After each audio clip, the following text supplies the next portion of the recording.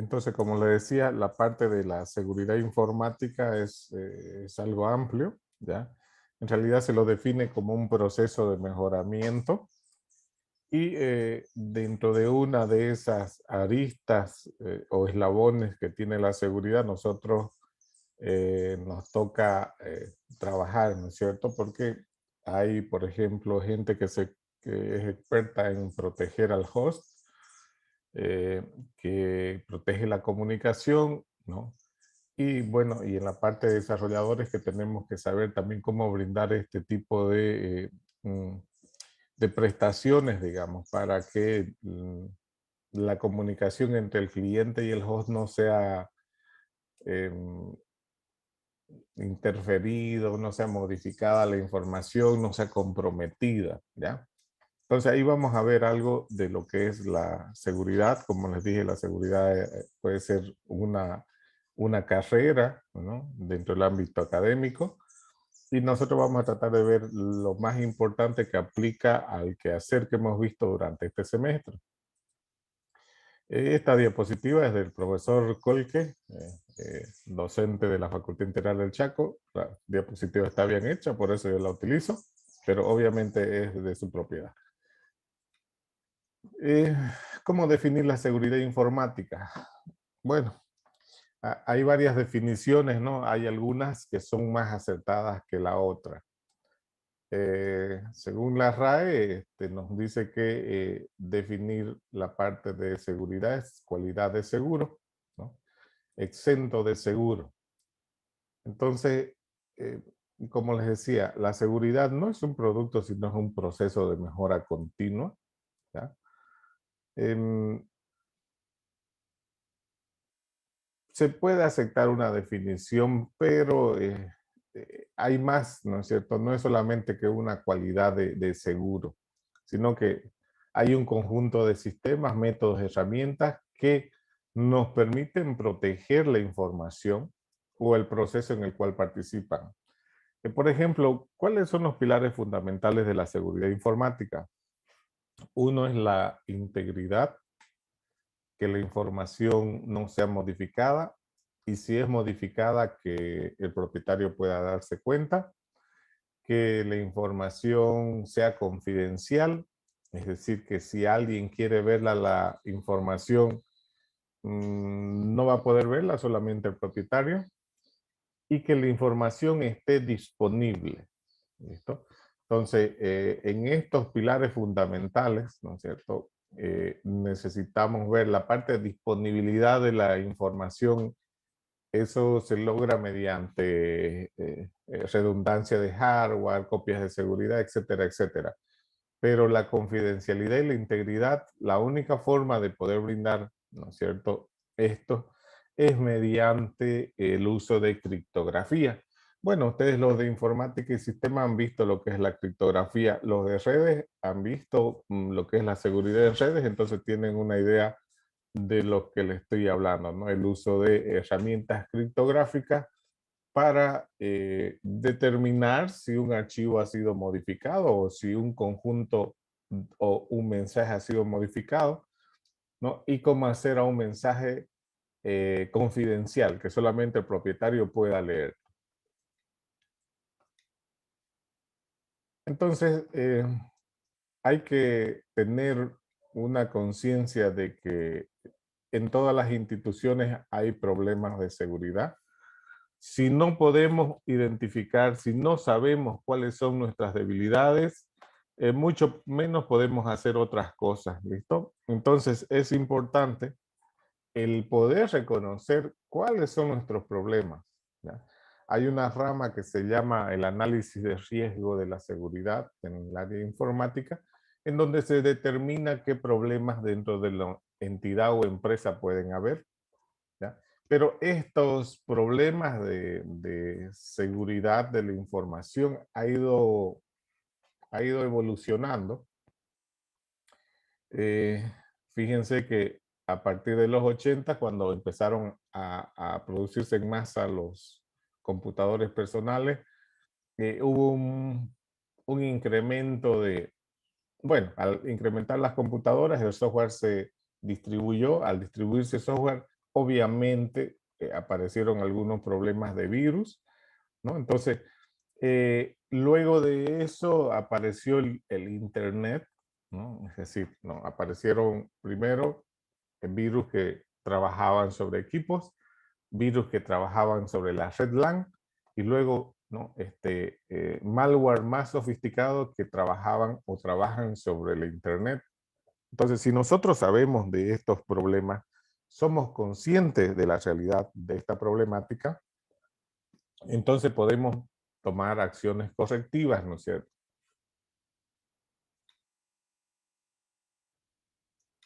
Entonces, en los 2000 apareció el Internet y obviamente las contramedidas que se aplicaron para estas amenazas, obviamente apareció los mecanismos de ocultamiento de información, lo que es cifrado, descifrado, eh, la parte de criptoanálisis para aquellos que querían saber qué era lo que había en el mensaje, el uso de firma digital, aparecieron las autoridades de certificación, normas del comercio electrónico, etcétera, etcétera. Es decir, que aparecieron nuevas herramientas que me permitían proteger la comunicación, ¿no es cierto?, que había entre los clientes dentro de una empresa.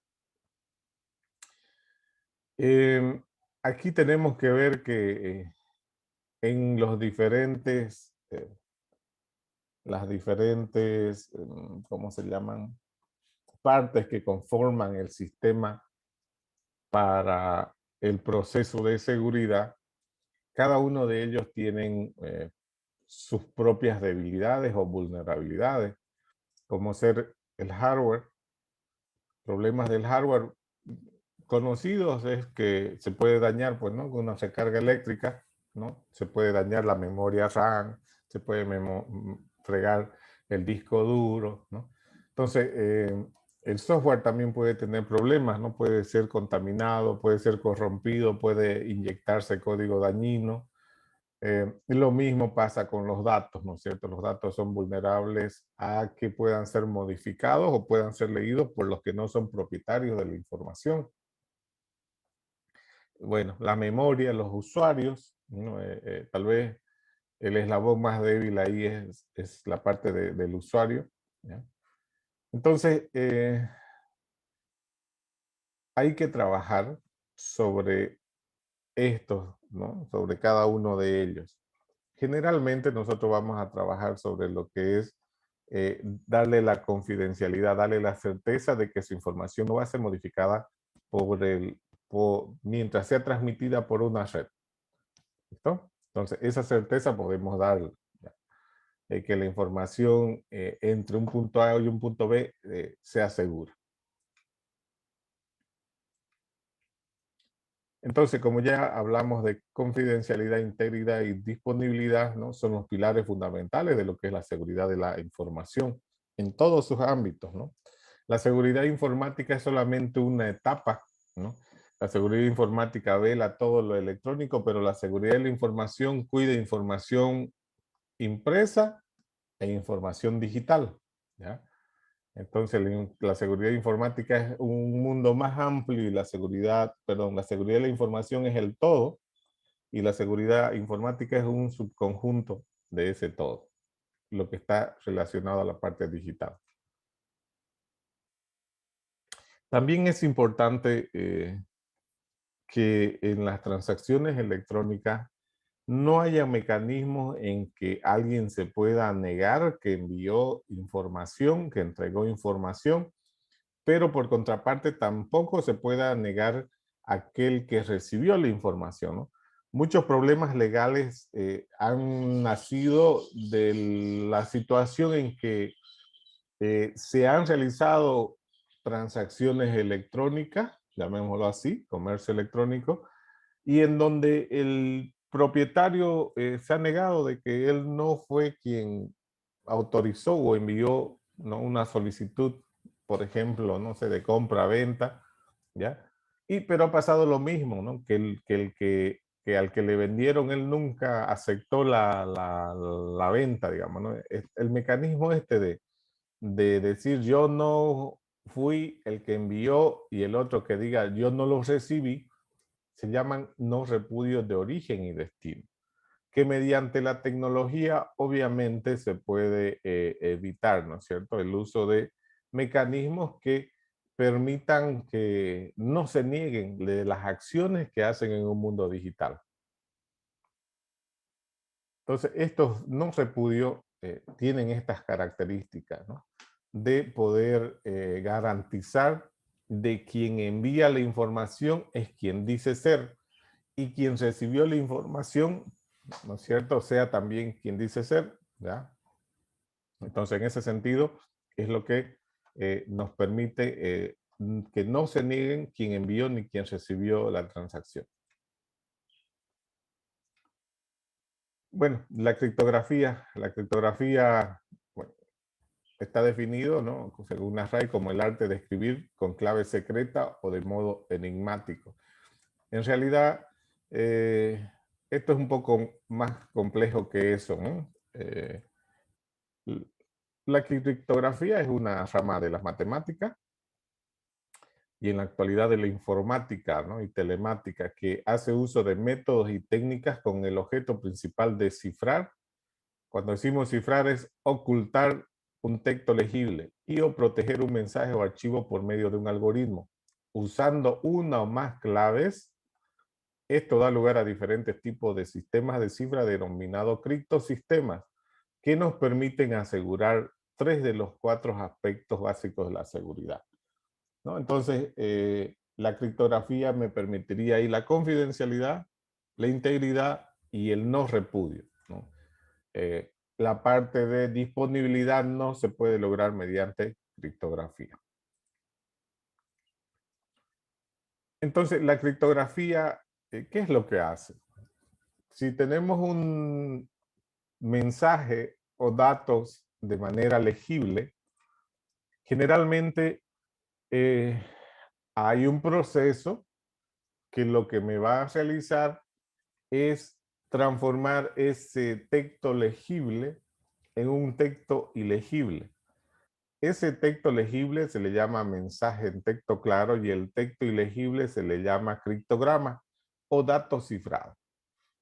Entonces, mediante un proceso, yo puedo transformar en ese texto ilegible en texto ilegible. Y con un proceso inverso, puedo transformar ese texto ilegible al texto original que se generó el texto, ¿no? Es decir, podemos transformar el texto ilegible en el texto o mensaje original, ¿no? Entonces, fíjense que aquí hay procesos y esos procesos de encriptación y desencriptación le llaman criptografía.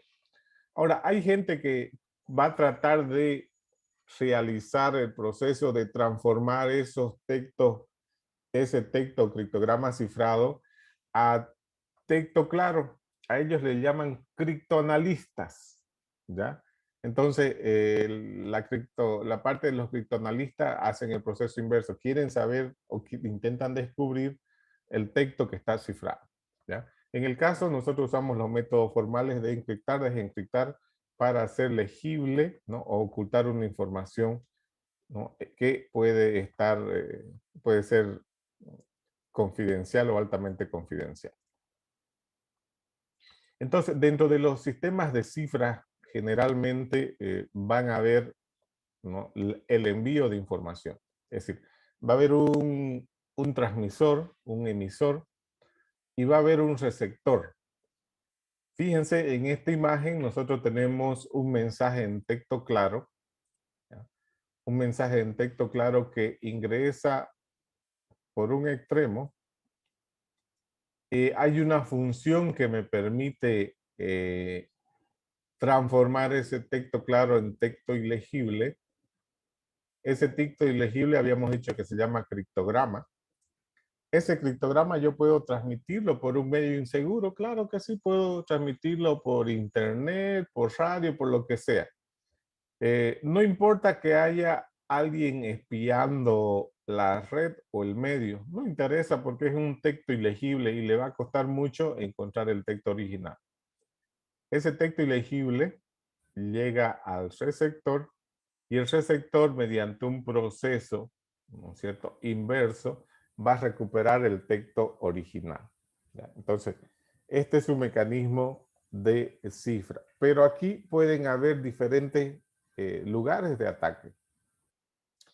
El primer lugar de ataque puede ser usurpando la identidad del emisor o usurpando la identidad del transmisor o como tal teniendo, ¿no es cierto?, en el medio de la transmisión. Entonces, fíjense que ahí la debilidad de un sistema está si una máquina, un host cliente tiene un keylogger o ya está comprometido, de nada sirve mi socket cifrado de extremo a extremo con un algoritmo de 1024 bits, no sirve de nada.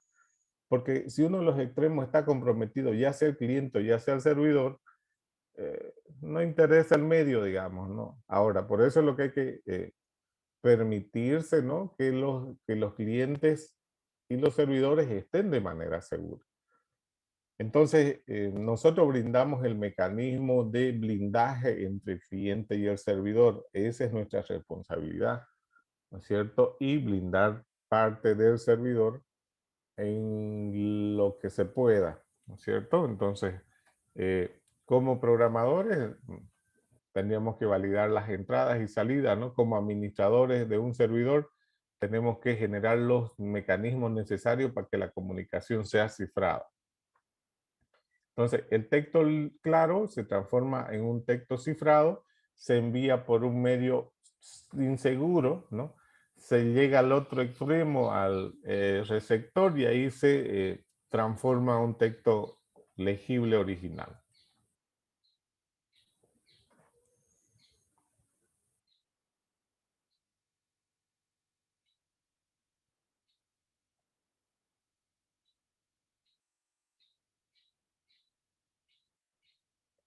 Entonces, el esquema de un criptosistema generalmente va a estar dado por un texto original.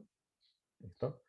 Ese texto original va a pasar por un mecanismo de ocultación, generalmente es un algoritmo. Ese texto original puede requerir una clave para cifrar y ese texto original con esa clave me va a generar un texto cifrado que va a ser ilegible, que va a ir por cualquier medio y va a ser ilegible.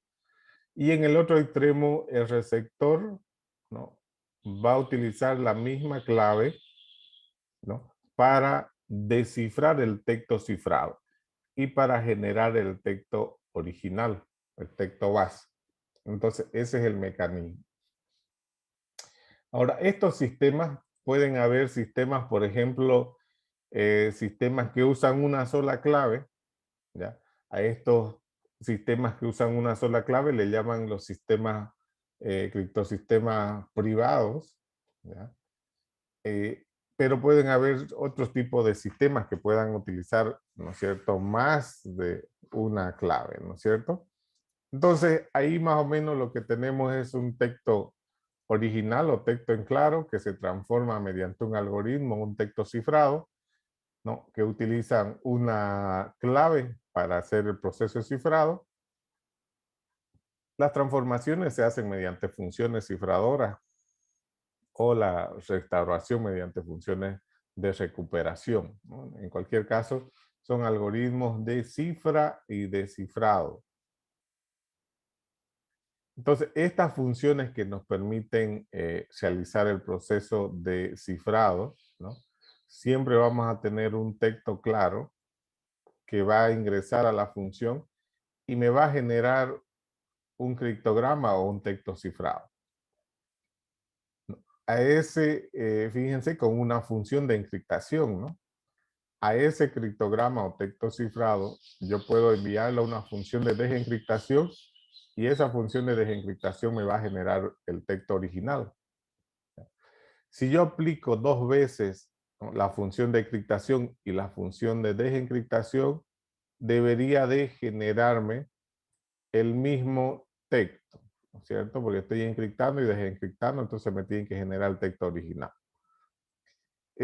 Muchas veces estas funciones o estos algoritmos de encriptación pueden requerir una clave, es decir, además del texto, se parametriza la clave para que mediante la clave se pueda hacer el proceso de encriptación. ¿Listo? Y similar al anterior, se pasan los parámetros, el texto original más la clave a un proceso de encriptación me devuelve un criptograma. Y si en el proceso de desencriptación yo envío la clave, el texto encriptado me va a devolver el texto original, ¿no? Entonces, es el proceso de cifra y descifra de un texto base.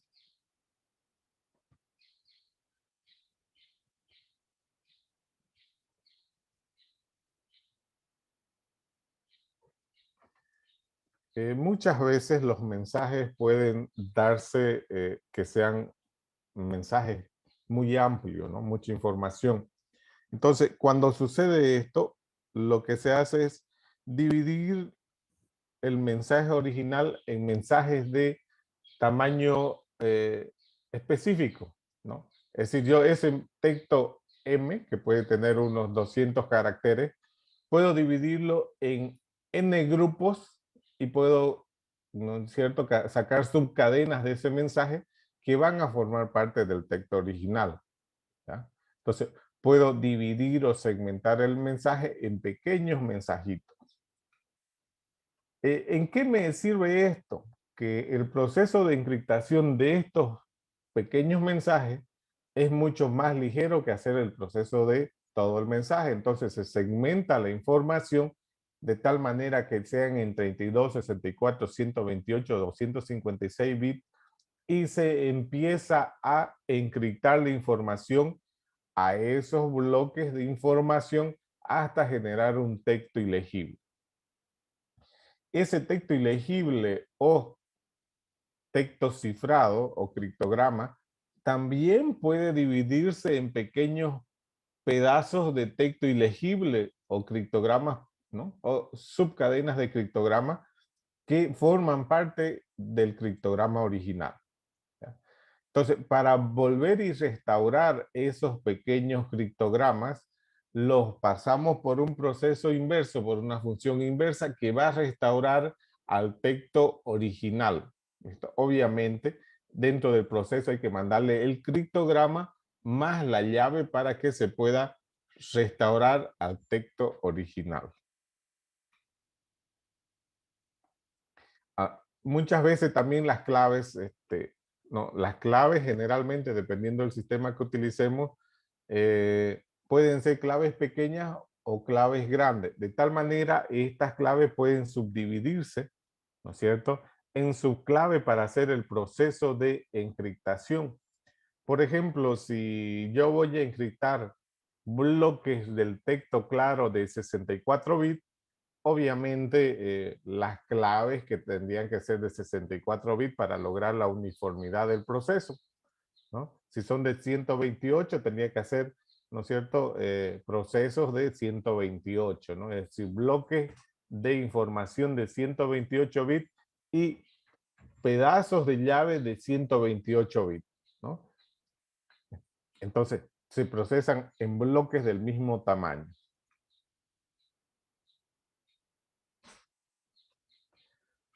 Eh, Muchas veces, ¿no?, tenemos que, por ejemplo, detectar fortalezas de las contraseñas. Muchos expertos ya han hecho análisis, ¿no es cierto?, formales con respecto a el tamaño de las diferentes contraseñas. Estos análisis están en función de, por ejemplo, eh, la cantidad del alfabeto cifrador, es decir, cuánto, si yo utilizo solo dígitos, ¿no?, para una contraseña, ¿no?, o para un mensaje, ¿no? Si yo utilizo, por ejemplo, mayúsculas o minúsculas, o si yo utilizo dígitos, mayúsculas y minúsculas, el universo de símbolos incrementa, ¿no? Además, si cada símbolo tiene una combinación, por ejemplo, si yo solamente utilizo un carácter de contraseña y utilizo los dígitos, ¿no? Tengo 10 dígitos del 0 al 9, entonces la permutación sería, ¿no es cierto? Esa cantidad que el carácter puede cambiar entre, ¿no? 0, 1, 2, 3 y llegar al 9, ¿no? Ese es mi universo, ¿no? Entonces tendría 10 permutaciones. Pero si yo uso dos caracteres para contraseña o para PIN y utilizo, ¿no es cierto?, la cantidad de 10 símbolos igual, entonces eso va a ir incrementando, ¿no? Mientras más cantidad de símbolos yo tenga en mi universo, la contraseña va a ser más robusta, ¿no? Entonces hay análisis en donde se puede demostrar de que la fortaleza está en la cantidad de símbolos que usted utiliza en la contraseña, además de la parte,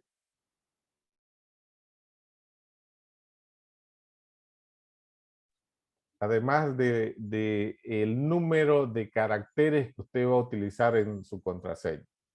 ¿Listo? El estándar por defecto es que nos permite, por ejemplo, una contraseña de 8 caracteres, ¿no es cierto? Con más o menos, si tenemos 27 símbolos de mayúsculas, 27 de minúsculas, más 10 dígitos, dígitos numéricos, más algunos dígitos o algunos símbolos, podemos llegar a unos 76 símbolos. Ese universo, ¿no?, me permite generar una posibilidad de que con el equipo más potente que se tiene en la actualidad, se pueda tardar una cantidad muy, muy alta, ¿no es cierto?, de años en poder resolver, ¿ya? Entonces, por eso es lo que se recomienda, ¿no? Al menos 8 dígitos o 8 caracteres como PIN y aproximadamente unos 76 símbolos, ¿ya? Entonces, a ver, por aquí en la materia de seguridad en redes vemos un ejemplo de eso. A ver si lo tengo por aquí para que lo puedan ver.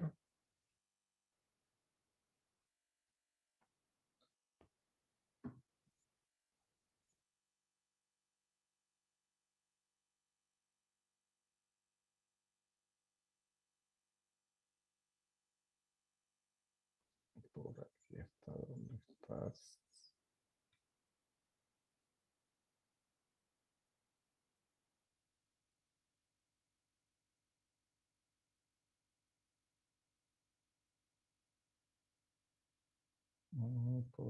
Por aquí, seguridad lógica, creo que es esto.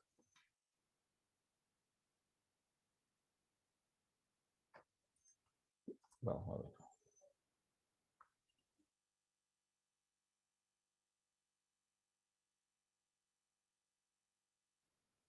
Ok, sí, miren, les voy a mostrar esta parte.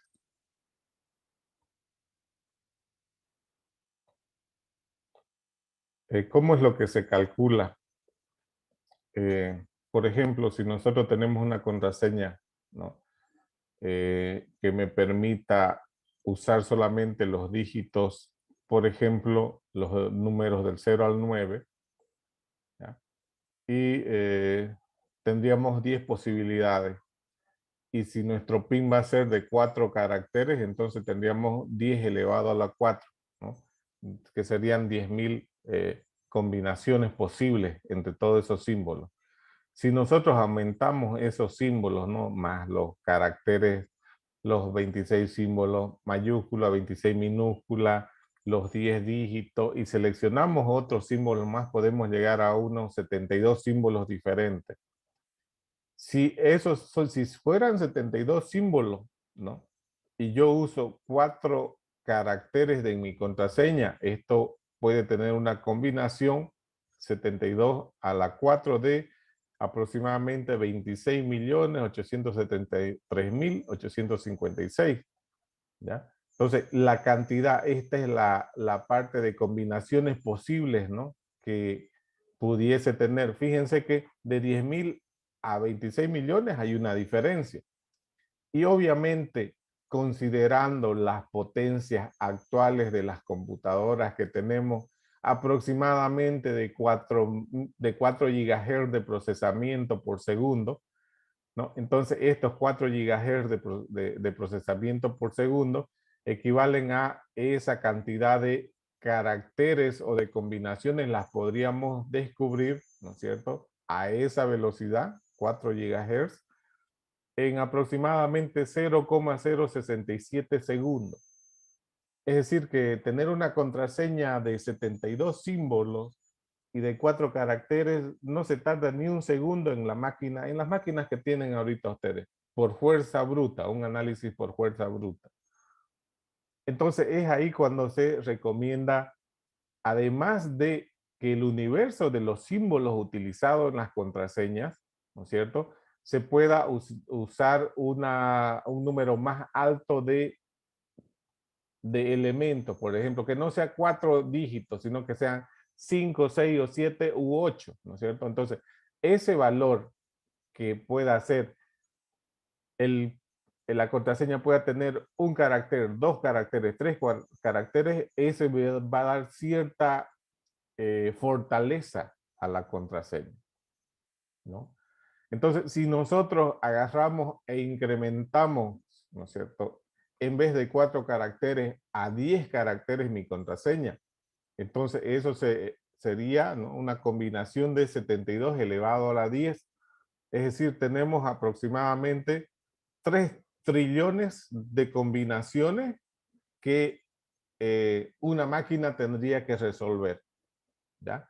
Con 3 trillones de combinaciones, con la máquina más potente que tenemos ahorita de 4 GHz o un poco superior, estaríamos dándole un 29 años para resolver por fuerza bruta esa contraseña, ¿no? Fíjense que la fortaleza está en la cantidad de símbolos que utilicemos y en la cantidad de caracteres que vaya a tener nuestra contraseña, ¿ya? Entonces es ahí donde se define la fortaleza, ¿no? Es de este análisis donde se determina por qué se recomienda contraseñas de ciertos tamaños, ¿no? A ver, aquí no apareció, había una imagencita.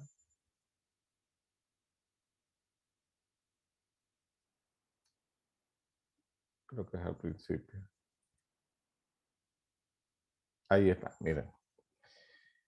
Si ustedes ven por aquí, una contraseña de 3 caracteres, con todos los caracteres, tarda 0,86 segundos. Si son solamente las minúsculas, 0,02 segundos. Si es 4 caracteres, no, con todos los caracteres sale uno, todos los caracteres quiere decir mayúsculas y minúsculas, tarda tanto. Fíjense, cuando llegamos a 8 caracteres, ¿ya?, y todos los caracteres del código que tenemos, ¿no?, me tarda 2 centurias. O sea, por fuerza bruta tardaría eso. Pero si son solamente caracteres minúsculas, ¿no es cierto? Si son solamente caracteres minúsculas, por fuerza bruta se puede, ¿no?, llegar hasta en 2 días a obtener la contraseña. ¿Listo? Y ese cálculo que hemos visto se realiza así para tener una contraseña aceptable. Por eso las contraseñas actuales siempre le piden al menos 8 caracteres y que tenga mayúsculas, minúsculas, dígitos y separadores, ¿ya? Es por esta razón. Entonces, la fortaleza de la contraseña.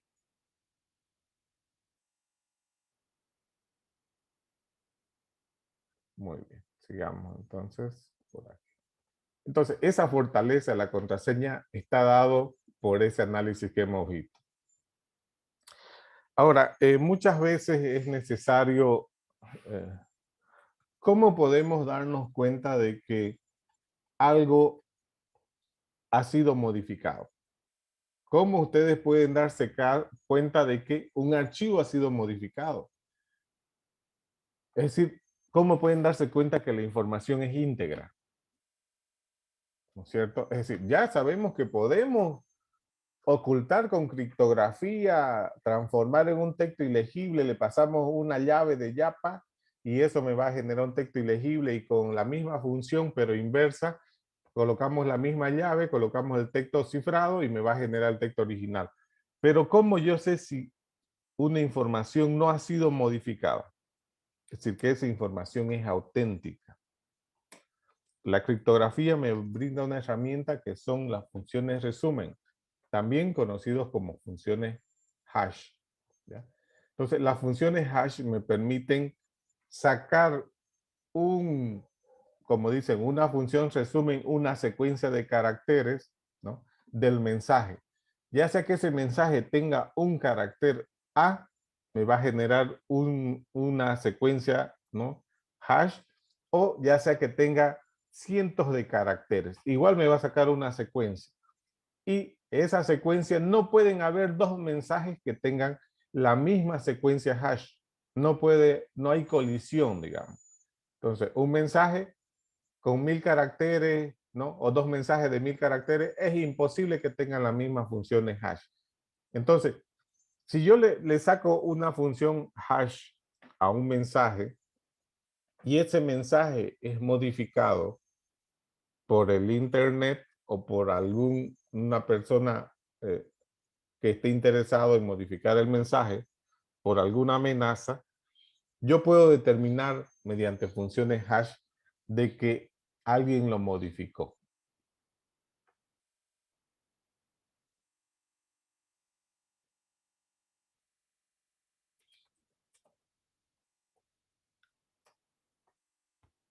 Entonces hay varias funciones hash online, vamos a ver.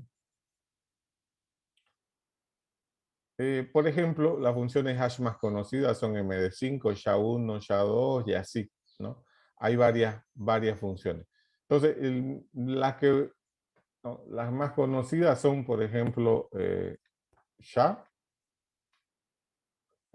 Entonces, ahí podemos agarrar y, por ejemplo, si yo tengo un texto A, ese es mi mensaje oculto. Y a este texto A me va a generar, le digo, generar función resumen, función hash. Le aplica un algoritmo y ese algoritmo me genera una secuencia que es la que me va a garantizar que esa información no ha sido cambiada. Si yo, fíjense aquí, vamos a poner su equivalente. Voy a copiar esto. Solamente para que ustedes vean.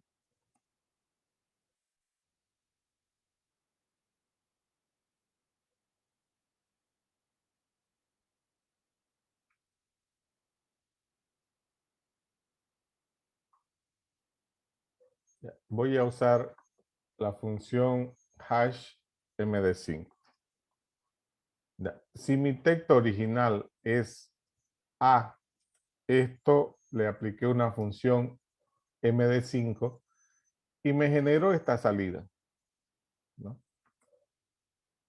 Por ejemplo, si a este A yo lo envío por la red o alguien con malas intenciones le cambia y dice no, que no sea A, que sea B. ¿Listo? Entonces, cuando a mí me llegue el valor de B, yo le voy a aplicar la función hash a ese nuevo mensaje que es B.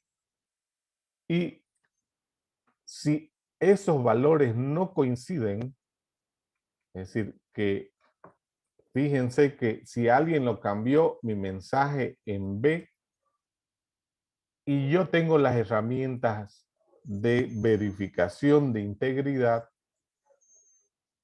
yo puedo darme cuenta de que el mensaje fue modificado porque el mensaje que me enviaron era A y su función de integridad esta. Y alguien lo copió, ¿no? Y cuando yo verifico la integridad, me sale la integridad de otras cosas. Es decir, alguien lo modificó el mensaje, Y de A a B en un ASCII es solamente un bit que cambia. Es decir, alguien modificó un bit y la función hash se dio cuenta. Fíjense, ahí lo estoy mostrando. Solo modificaron un bit. Entre A y B, si ustedes lo transforman en ASCII, A y B, o en binario, varía solamente un dígito. Pero la función hash lo detectó y agarró, dijo, no, este no es el mensaje original. Es decir, que la función hash me genera una secuencia y al mensaje, si me genera una secuencia diferente, yo puedo detectar de que alguien lo modificó.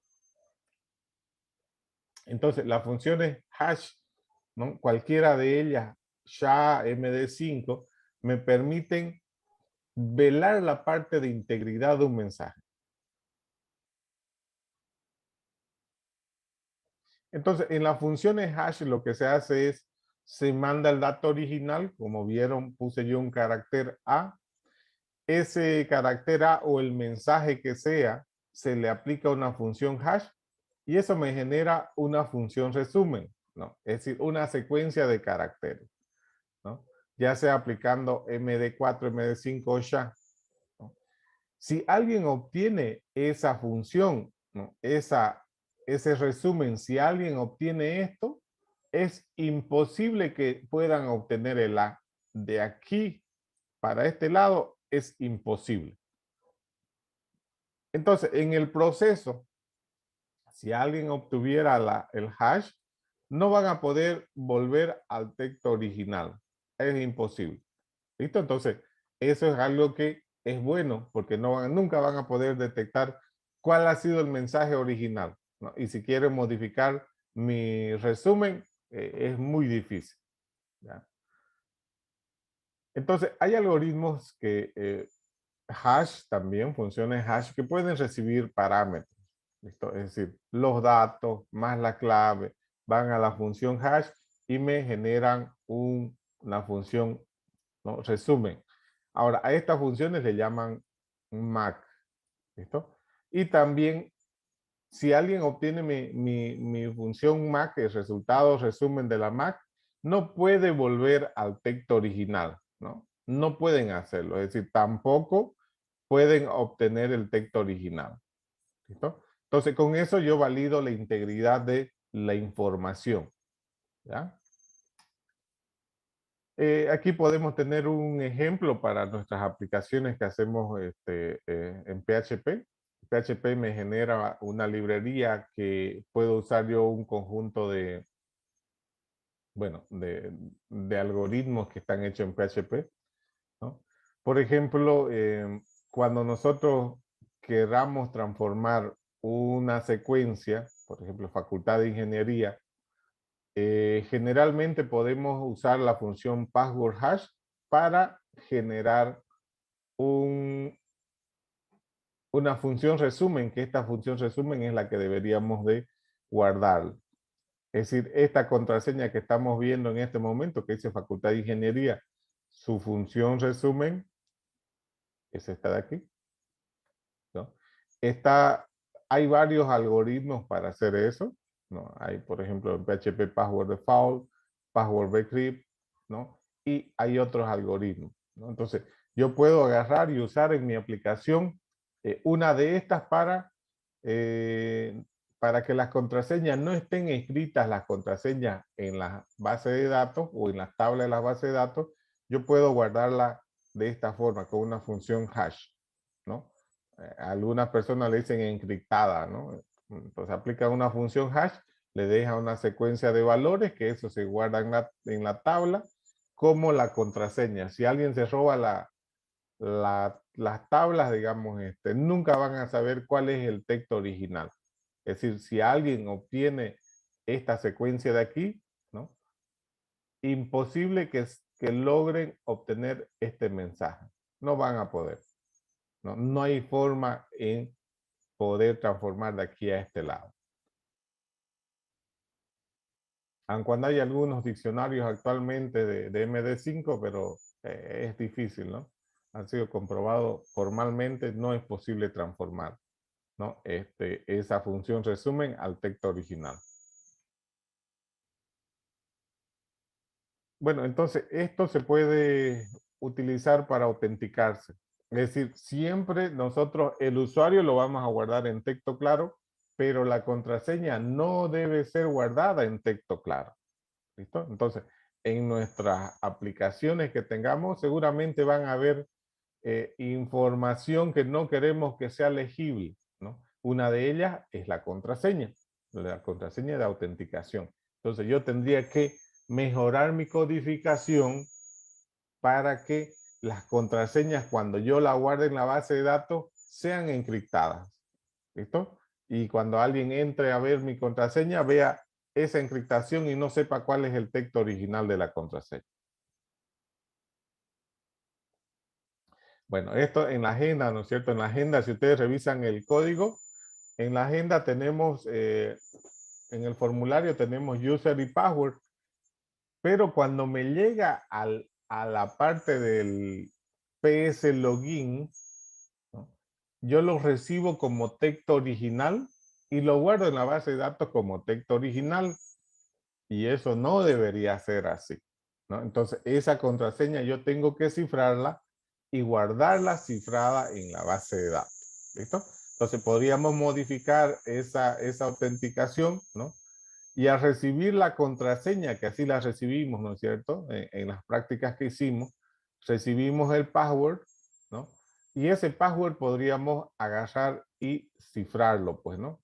Entonces, lo recibimos y luego de recibirlo, lo que hacemos es, le aplicamos eh, un algoritmo, ¿no? Password hash y transformamos esa contraseña en algo ilegible y eso es lo que vamos a guardar en la base de datos. ¿Listo? Entonces podemos, esa parte de la autenticación que tenemos en los ejemplos, hay que asegurarlo, ¿no? Entonces, que hay información que debe de ir oculta. Y dependiendo de cómo, fíjense que hay dos formas, ¿no? Hay una forma que cifra el texto legible a ilegible y de ilegible lo vuelve a legible, ¿no? Entonces va a haber información en la base de datos que vamos a tener que guardarlo así. Pero hay otra información que yo no necesito, la transformo y no necesito volverla a transformar, las contraseñas, por ejemplo, ¿no? Entonces, eh, para verificar el estado de algo, digamos, ¿no? El estado de un mensaje, ¿no? Escribo un mensaje, lo envío y espero que llegue allá de la misma forma. Para eso, saco una función resumen de integridad y lo puedo, ¿no es cierto?, adjuntar en el mensaje de forma oculta que sea validado en el otro extremo. ¿Cómo es el proceso de autenticación los NT y en Unix? Cuando ustedes ingresan en un computador, eh, el usuario, ¿ya? Bueno, generalmente en el servidor vamos a crear un usuario, ¿listo? Si estamos hablando de un directorio activo, de un directory server 389, cualquier mecanismo que me genere autenticación. Usted crea primero el usuario.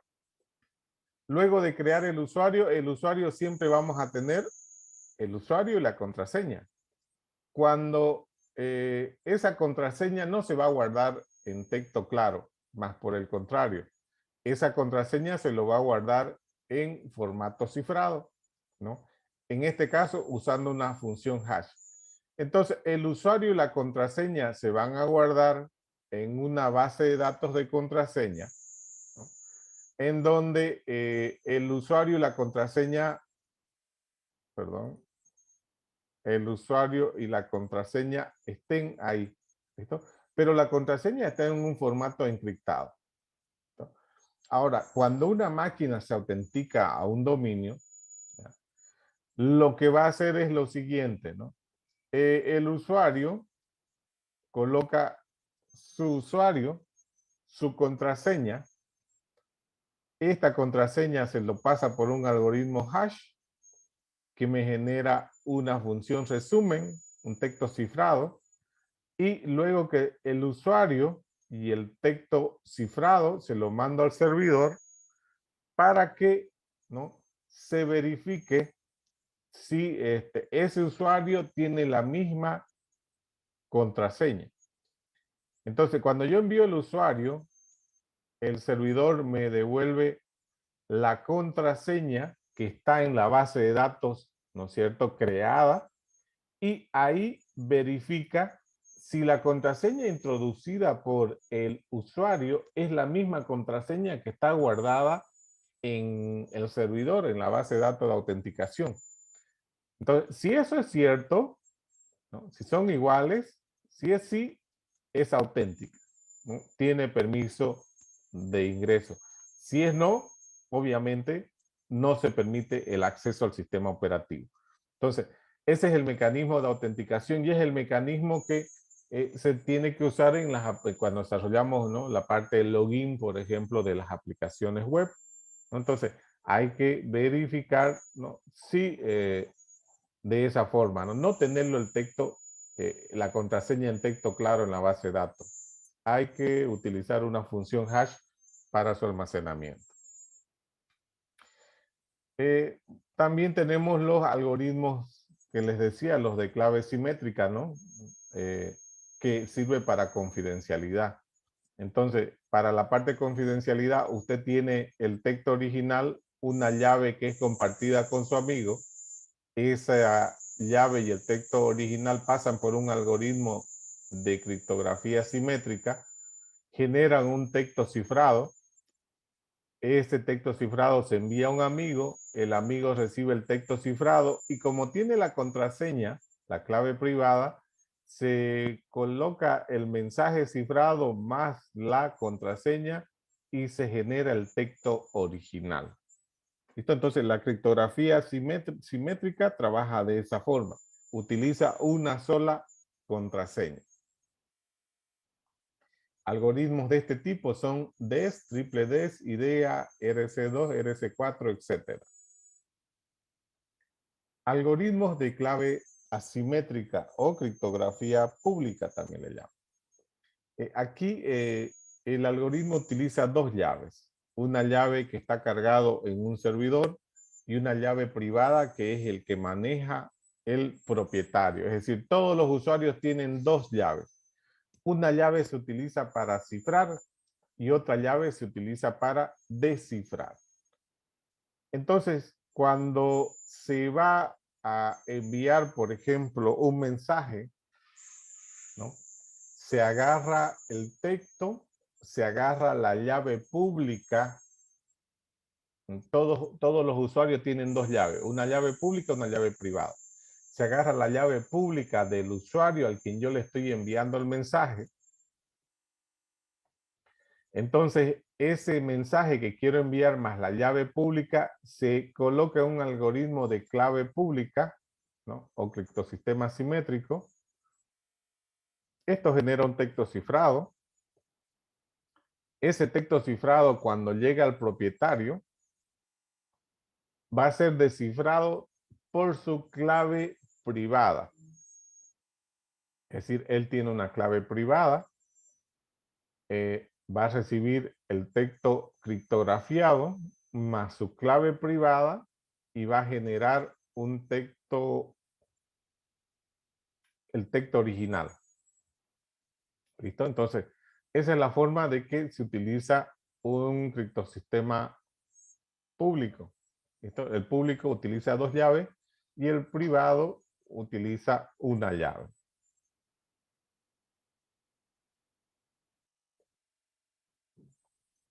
Bueno, si el proceso fuera inverso, entonces usamos la llave pública de la otra persona que vamos a enviar y el proceso se invierte, ¿no?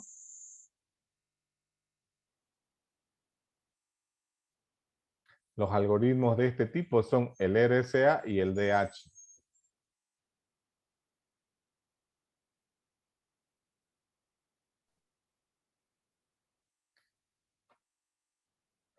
Bueno, con eso hemos logrado, uno, la integridad, dos, la confidencialidad y ahora tenemos que lograr el no repudio. Es decir, que no se niegue que enviaron un mensaje o que lo recibieron. Entonces, en este caso se utiliza un concepto de firma digital. Ya, la firma digital entonces es un proceso en el cual, ¿no? El firmador utiliza su clave privada para hacer un proceso, ¿no? de generación de autenticidad. Es decir, quien firme va a leer la información, va a sacar una función hash y va a aplicar un algoritmo de clave pública. A eso le van a llamar una firma digital. Es decir, cualquier documento que vaya con esto se va a considerar que es una firma digital. Y cualquiera puede hacer el proceso inverso. ¿Listo? Es decir, no es que uno se queda ahí, sino que el proceso, ¿no? Puedo generarlo, pero la forma de generar la firma digital es esa, ¿no? Yo tengo los datos, ¿no? Tengo la clave privada del firmador, ¿no? Aplico una función hash, aplico un algoritmo de clave pública y ahí voy a tener una firma digital.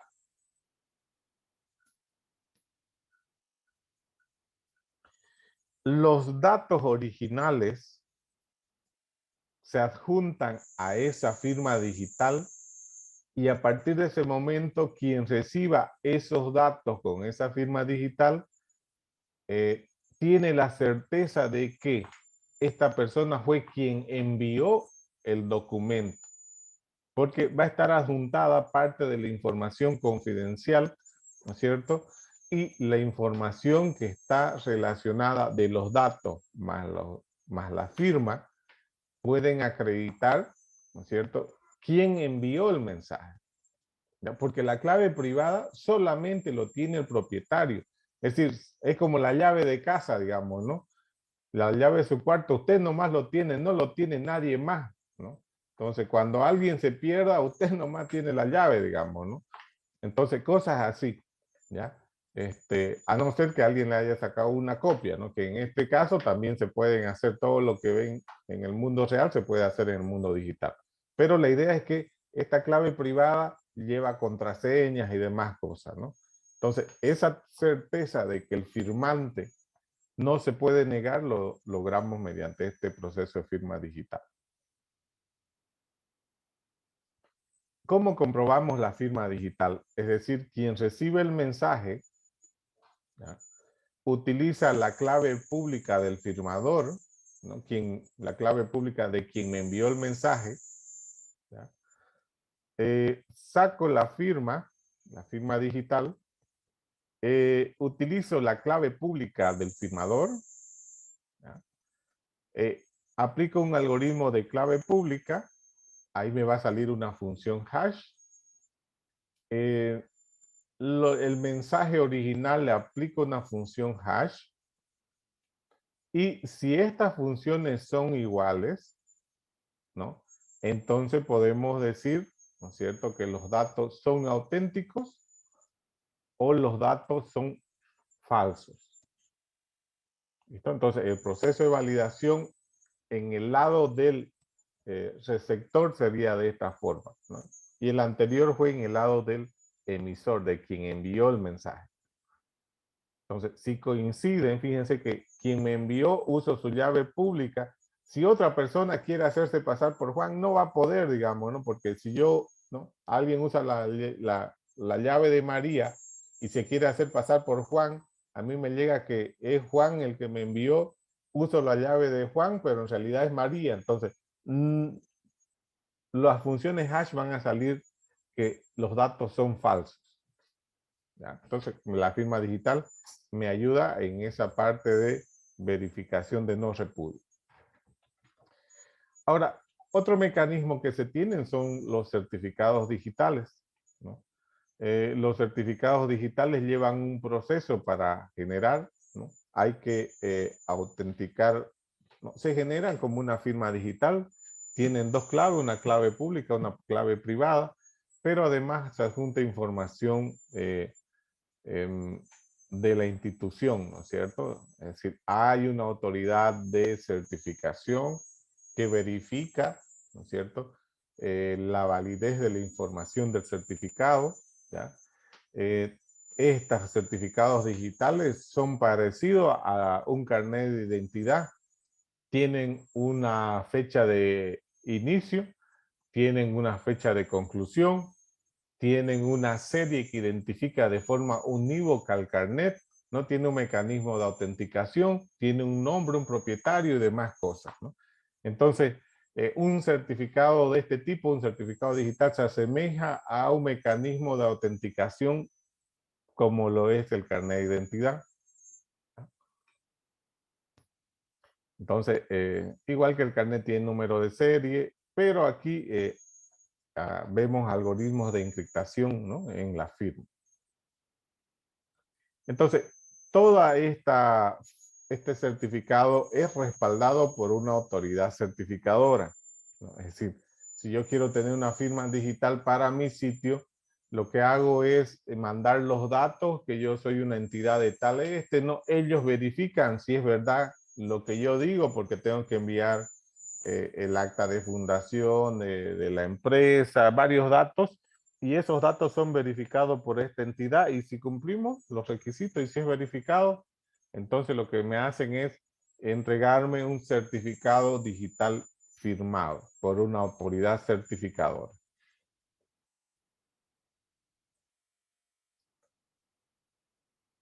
Entonces, el proceso es, se puede generar un par de claves, ¿no?, de la llave pública y llave privada. Esto lo que se va a generar es, por ejemplo, con esto yo voy a generar un proceso, ¿ya?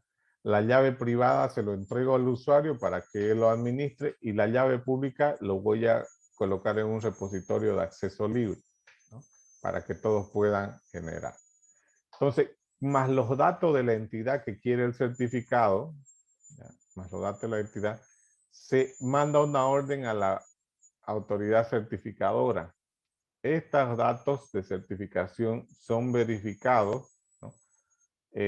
Si todo está bien y cumplen los requisitos, son firmados, ¿no?, obviamente por una entidad certificadora que tiene, ¿no?, una clave pública para este proceso. Si todo está bien y el certificado, la solicitud de generación de certificado es aceptado, se genera, ¿no es cierto?, una respuesta, ¿ya?, enviando, ¿no?, con información necesaria para el uso del certificado de la entidad, ¿ya? A partir de ese momento se tiene un certificado que me va a poder acreditar eh, esa información, ¿no? Es decir, me entrega un certificado, ¿ya?, que está firmado por la autoridad certificadora, y este certificado yo lo puedo colocar en cualquier sitio, ¿ya? Entonces, generalmente eso es lo que tienen los sitios web, ¿no? Entonces, el proceso es, yo genero parte de mi certificado, envío a la autoridad certificadora, ellos verifican la parte legal, la parte de constitución, ¿no?, todo de mi empresa, y si está todo bien, ellos firman y me devuelven un certificado, el cual yo puedo utilizarlo en los servidores de mi institución o de mi empresa. ¿Cómo funciona el SSL? Bueno, una vez que uno tiene este certificado, ¿no?, se activa el mecanismo de comunicación SSL, ¿no? SSL es, ¿no?, Socket, Secure Socket Layer, una capa de comunicación segura, ¿ya?, en la cual el cliente, ¿no?, cuando arma el socket con el servidor, ¿ya?, entonces, por ejemplo, un cliente entra a un dominio.com, ¿no?, con HTTPS. El servidor le envía al cliente el certificado. El cliente va a verificar que es auténtico. ¿Cómo verifica un navegador que un certificado digital es auténtico? El navegador tiene un conjunto de root servers, se llaman así, de autoridades de certificación. Y él pregunta a las autoridades de certificación, oye, ¿alguien conoce este certificado, ¿no?, de un dominio específico, de dominio.com? ¿Alguien de ustedes lo firmó? Y si le dicen sí, el proceso continúa. Y si le dicen no, le sale una alerta de que el certificado no es firmado y no es reconocido por una entidad certificadora. ¿Ya? Entonces, generalmente cuando le dicen no, les pide continuar, ¿ya? Y ahí les pueden, ya depende de ustedes, continuar bajo su riesgo o responsabilidad, ¿no? Pueden iniciar una conexión con una conexión insegura, digamos, ¿no? Bueno, es segura, pero no es firmada por una autoridad. Quiere decir que no está acreditado ese servidor. Por lo tanto, puede ser falso. ¿Ya? Entonces, quiere decir que en este caso el certificado ha sido autofirmado, a no ser que usted tenga la certeza de que la empresa autofirmó su certificado y tenga ese conocimiento, y cuando verifique el certificado vea que es autofirmado y usted pueda aceptar eso, ¿no? Mientras tanto, eh, es un sitio inseguro. Si es auténtico, ¿no? Podemos continuar, ¿ya? Entonces ahí se genera un mecanismo de inicio de sesión segura, ¿ya? Entonces podemos usar algún algoritmo, ¿ya? Mandamos una contraseña que vamos a interactuar con el servidor, ¿ya? El servidor recibe esa información, puede trabajar con su clave privada para generar, y como yo le he mandado una llavecita, yo como cliente le mandé una llavecita, ¿no? Al servidor, el servidor con esa llave es una llave que ya tiene mi navegador y mi servidor web. A partir de ese momento, yo con esa llave puedo hacer, puedo cifrar todo el tráfico de la red usando criptografía simétrica, ¿no? Entonces, en este segmento de aquí, lo que hago es transferir una llavecita mediante criptosistemas públicos, y a partir de que yo tengo la llave que me compartió el cliente, yo puedo cifrar y descifrar, ¿no es cierto?, para enviar información entre el cliente y el servidor.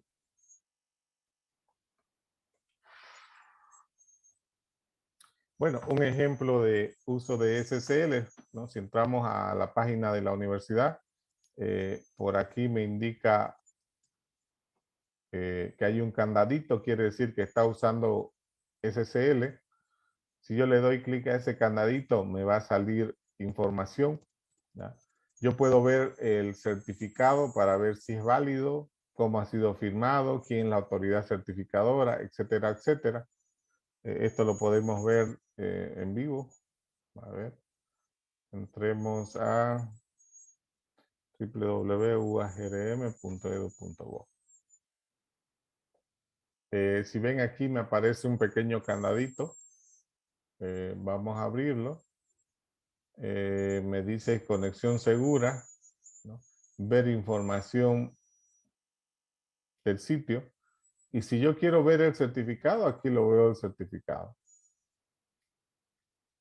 Y el certificado tiene información que ha sido generado para el dominio de UAGRM. El nombre del emisor es Arizona. Y su validez es desde el 11 de noviembre del 2021 hasta el 11 de noviembre del 2022. ¿No? Aplica todos los subdominios. Utiliza RSA de 2048 bits. ¿No? Ahí tiene un módulo. Utiliza SHA-256, ¿no? Para la parte de encriptación igual. Entonces ahí tienen dos firmas, fíjense, de autenticación. Y bueno, y tiene otra información del certificado, ¿no? Quienes lo firmaron, etcétera, etcétera. Entonces yo puedo verificar si un sitio es auténtico. En este caso, ese sitio es auténtico. Yo en el servidor de práctica, bueno, yo utilizo un servicio gratuito que Igual, fíjense, entro aquí, me sale que es seguro, pero está verificado por Let's Encrypt. Let's Encrypt es un certificado gratuito que, fíjense, la autoridad certificadora es Let's Encrypt. Y bueno, y tiene fecha de validez hasta el 22 de marzo de 2022. Y está solamente, es válido para mi servidor www, ¿no? En cambio, en de la U, para todos los subdominios de UAGRM, decía, ¿no? Que la misma entidad acreditaba la validez para todos los equipos de UAGRM.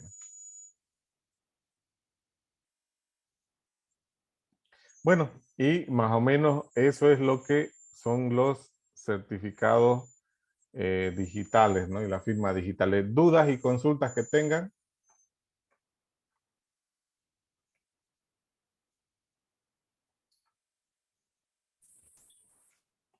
¿Ninguna? ¿O se entendió bien o no se entendió nada? Bueno, de todas Una consulta, ingeniero, buenas noches.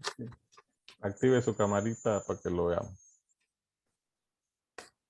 Dale. Buenas noches, ingeniero. Cuando uno adquiere un certificado para mi dirección de correo, para una dirección de correo, ¿qué estoy certificando en sí, digamos? Porque el que recibe el correo puede ver mi certificado, ¿no? Pero yo no he proveído ninguna información vital a la empresa para ese fin, digamos, ¿no? Al momento de adquirir el certificado. Eh, ¿Certificado de correo o certificado de un sitio web? Que son cosas distintas.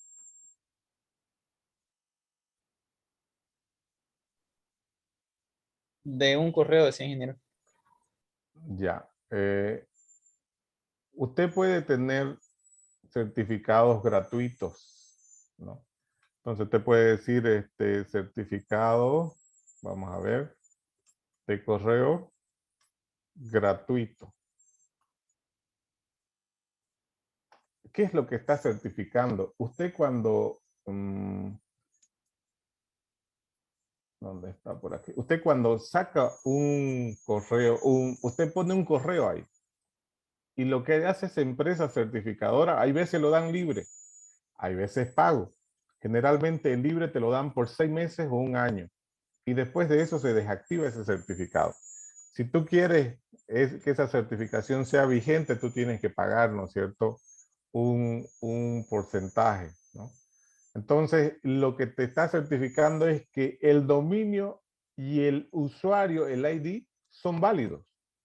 Eso es lo que te está haciendo en un certificado de ese tipo, ¿no? Lo que acredita es que el identificador del usuario arroba el dominio existe en el mundo real, ¿no? Es decir, él va a verificar eso en el servidor, si es de Gmail, va a verificar que exista ese correo y si existe, él te certifica, ¿no? Entonces, te certifica que existe en Gmail, ¿no? Entonces, cualquier lío cuando haya, tú estás mandando un correo firmado desde Gmail que te está certificando ese ente. Y tú no te puedes negar que no enviaste porque está yendo firmado, ¿no? Entonces, te está acreditando que el correo ese es auténtico. ¿Me entiendes, no? Y cuando tú firmas ese correo, no te puedes negar, no te puedes echar atrás que yo no fui, digamos, no, no, vos fuiste nomás porque está firmado. Eso es lo que te certifica. Cada proveedor de correo electrónico, por ejemplo, Gmail tiene tus datos de voz, ¿no? Hotmail tiene tus datos de voz. Outlook tiene tus datos. Y él lo único que dice, oye, ¿este correo es tuyo? Sí, es mío, te lo voy a certificar. Y eso es lo que hace. Ya, en un proceso legal, le van a pedir a Gmail, a Yahoo o a Outlook, ¿no? Deme los datos de este señor que se está negando que no envió este contrato, digamos, ¿no? Entonces, en procesos legales, obviamente es válido porque quien te, en quien está basando la autenticación es en Gmail, ¿no? El certificador confía que los datos de Gmail son originales. Eso es lo que está haciendo.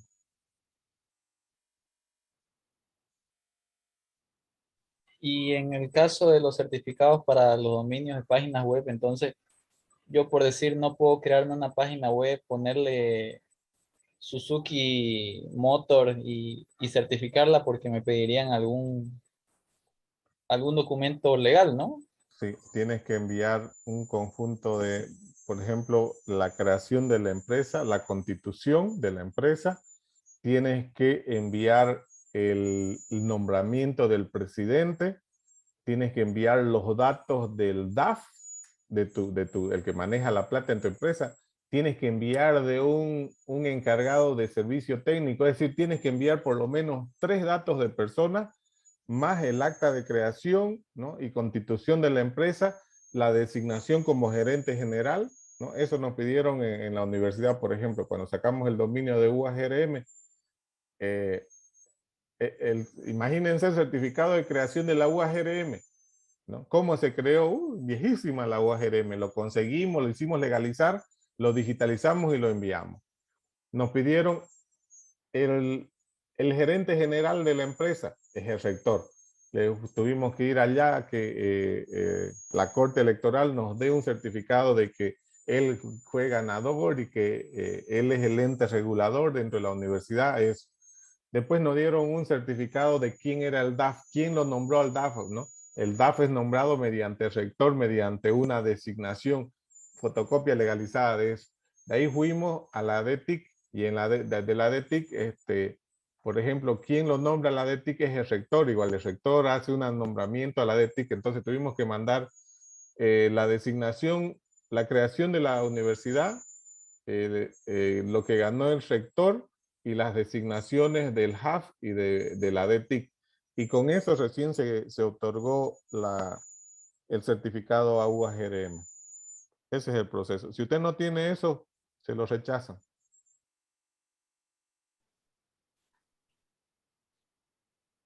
Una pregunta más, ingeniero, disculpe la Claro. curiosidad. En una empresa, ¿cuál es la manera más segura para enviar correos para evitar el phishing, digamos, usando este tema de los certificados?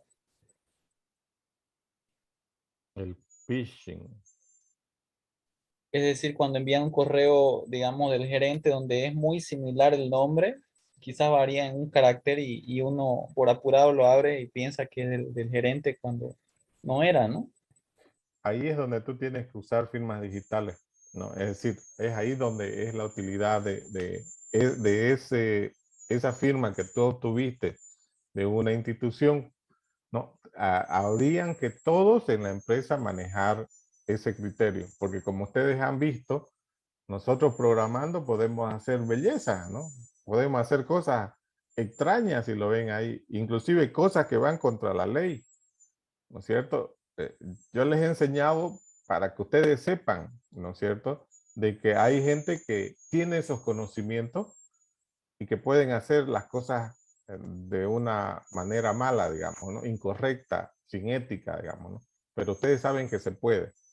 Ahora, es ahí cuando ustedes, cuando crean certificados, hay una opción cuando usted crea un mensajito, ¿ya? Cuando usted escribe un mensaje y quiere enviar, ¿ya?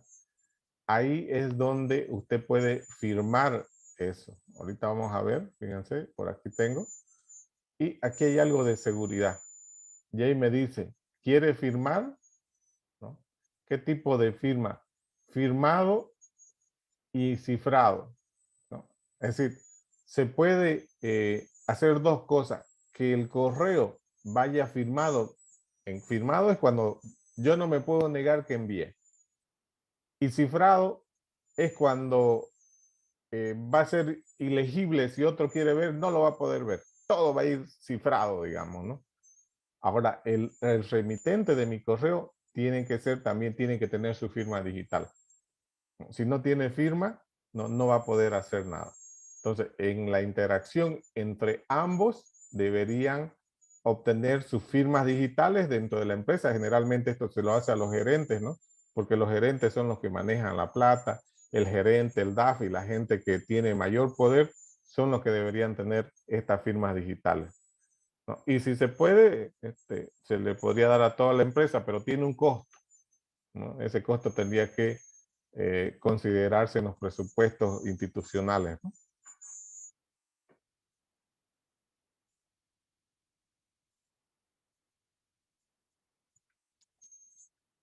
¿Alguna consulta más?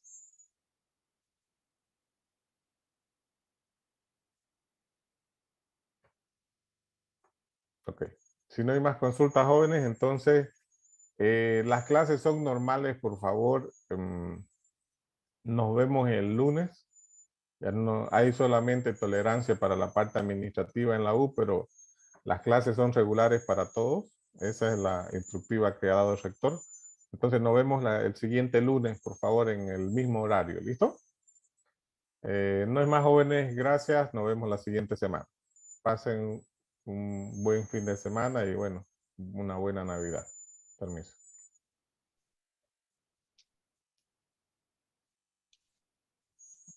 Hasta luego, ingeniero. Hasta luego, hasta luego. Ingeniero.